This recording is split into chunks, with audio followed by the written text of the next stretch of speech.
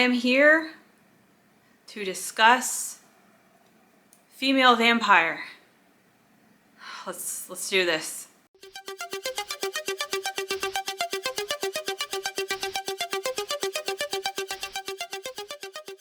This was recommended to me by Kyle. I don't know what you're doing, Kyle. This is a 1973 film. It is a Jess Franco film. I don't know like where it ranks for Franco fans. Like what do you guys think of this movie? I would love to know. Is it one of the more hated or is it one of the more loved? I'm not sure. Okay, I'm just here to tell you about my first impressions. First of all, I guess I have to tell you where I watched this. I rented it on Amazon Prime, and the distributor was Full Moon. So this is a Full Moon cut, and this was released under the title Erotic Hill. And when I played it, we started off with a whole 15-minute interview with Charles Band that I didn't ask for. And I saw that after that, the runtime was just an hour and 15 minutes. And I thought to myself, this is probably some sort of cut or edited version, because the same thing happened when I watched Full Moon's version of Giallo in Venice. But, you know, I was like, fine, whatever, like this is the way it's streaming, so this is what I've got. And I also did read that there are 3 versions of this film. There's like a horror version, there's a softcore version, and there's a hardcore version. And I guess I got the softcore version, but we'll get more into that later. Aside from the fact that this is a trimmed down version of the film, the quality of it looks really bad. This Full Moon version on Prime looks really bad. Okay, I didn't even know what I was looking at a lot of the time. It was unacceptable, and I don't even care that much about quality, but I like to be able to recognize who I'm looking at. I cannot recommend you accessing this film via Full Moon. Just don't. But anyway, here is your synopsis. I wrote this to the best of my ability because this isn't really a movie you can put into words. This vampire lady comes to the beach, and people talk sometimes, and people are naked sometimes. Oh yeah, and apparently the vampire drinks blood, semen, and hormones. There you have it. That's what this movie is about. It is starring Lena Romay, who is Jess Franco's love.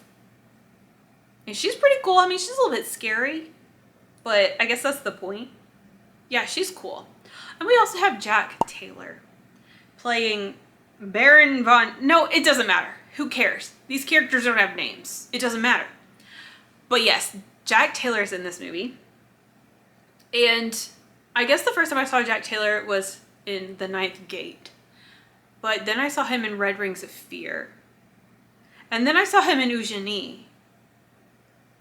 And that's when I was like, okay, like, he's kind of handsome, right? He's kind of handsome. Now that I'm like seeing him without a perm, I think he looks good.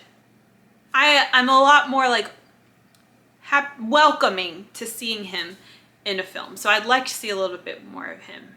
He has a really interesting look. And who else is in this movie? Oh, Jess Franco is in the movie, and literally none of this matters. So I watched this in English. It was an English dub.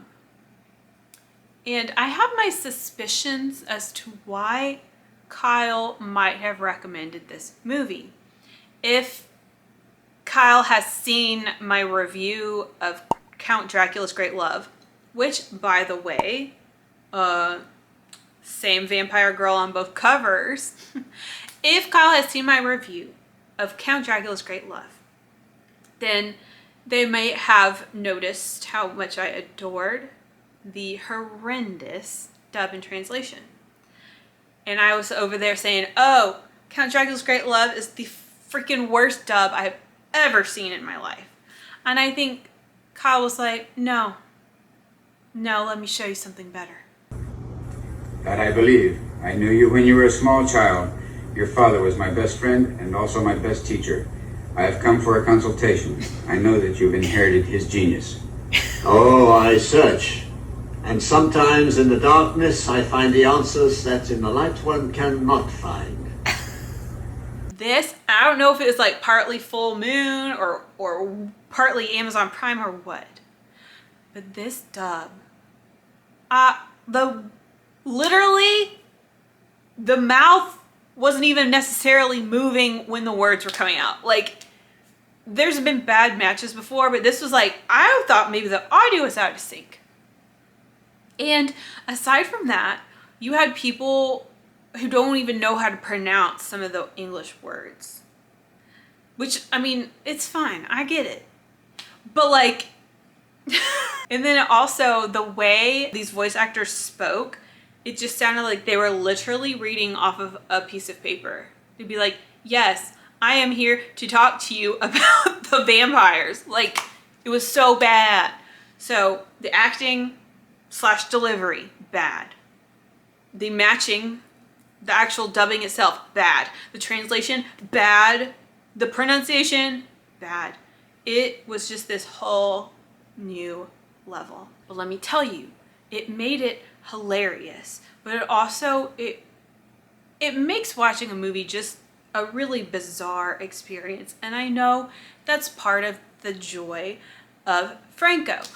And Bay Rum left a comment on another Franco review I did and said that Franco's not really a storyteller. He's an image maker. So that is something I had to keep reminding myself of as I watched this movie. You don't really have to know who's who or like listen to the dialogue or follow the story. And so because of that, it made the really bad dub just like funny, because you don't have to get mad that you don't understand it, because instead you're just observing it. But yes, it was really freaking funny. Really, really funny. So thank you for that, Kyle. Lena Romay, I hope I'm saying that right. She had a really interesting resting bitch face. Bitch resting face. Listen, little side note. Why do people say resting bitch face? Because it would imply the bitch face is resting. But really, it's the resting face that looks bitchy. Am I right? Bitch resting face. Whatever. Anyway, she had a resting scowl. But she was cute, and I like the kind of natural look they gave her. I don't even know if they put like makeup on her. I don't know. But she definitely like does not hold back in this movie. Okay? And I didn't even watch the hardcore version. Not that I'm trying to. I'm just trying to do what you guys want me to do, okay? But this is definitely one of the trashiest, sleaziest, nastiest films I have seen so far. As out of focus as it was. Or, you know, it's like blurry VHS, copy of a copy of a copy of a VHS. The camera didn't even really care about boobs. The camera saw crotch, okay, and it zoomed all the way in. It zoomed all the way in that everything just turned black. And I did read, like, people can put purpose on freaking everything that Jess Franco does. People are even putting purpose on the crotch zooms. Like that it had like meaning behind it. And maybe it does. All I have to say is I hope people can apply some deep meaning to every stupid thing I do. To me, the film seemed like sort of a practice before Vampiros Lesbos. Except that Vampiros Lesbos came out first. So I'm not sure why Female Vampire seemed like a rough draft. But it definitely did. And it had this very homemade feel to it because the camera seemed to be ultra zoomed into everything all the time. Now, I don't know if I watched some kind of weird crop or something, but it just seemed to be very too zoomed into everything. And it had this sort of handheld, shaky nature to it a lot, which really made it feel homemade. It should probably come as no surprise to you that this film is slow and just incoherent. It's another film that makes you feel like you're spiraling into a vortex of insanity. But I've got to say, it's fun experiencing this, especially with like no context on like how this ranks on the Jess Franco ladder, but also knowing that I can turn around and come to you and I don't have to be alone in the fact that I have watched this. I haven't really talked about the plot at all, but it doesn't really matter. But we have like another nice seaside setting. But basically, when I think about this movie, I see Lena Romay in her open cloak. I haven't even talked about the stuff she was wearing or lack thereof, but she would just wear like this cloak that was open and she would have like nothing underneath except a belt. So I see that, and then I see Jack Taylor, and everything looks kind of golden in the version I watched. Now, the music was very nice, but it was quite a perplexing watch. So I don't know if Kyle was trying to trick me into watching a porno, or if Kyle wanted me to see the world's worst dub. I can't recommend this to you, but I would love to talk if you have seen it. If you watch this, don't watch it with your family. Don't watch with your mom. Don't watch with your kids. Don't watch it with your pets. Just lock yourself up in the basement or something. And yeah, there we have it. Did I talk about that good? Kyle, if you're there, please speak to its defense down below. I didn't hate it. Okay? It was like, oh, okay. That was a movie. But it was not a normal movie. It was no ordinary movie. Yeah. That's all I have to say. Well, I'll see you. I'll see you next time. Ciao.